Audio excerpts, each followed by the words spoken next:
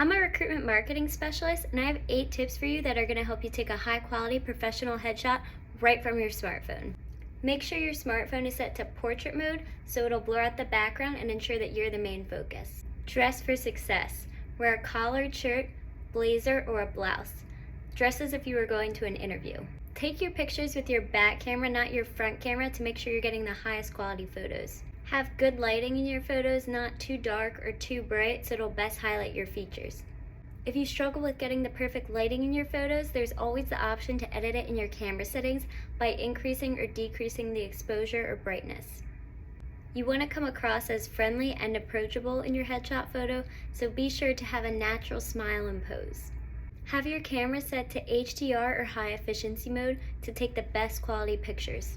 A headshot photo is intended to be your torso and up, so make sure you're standing relatively close to the camera and take pictures at different angles so you can choose what you like best.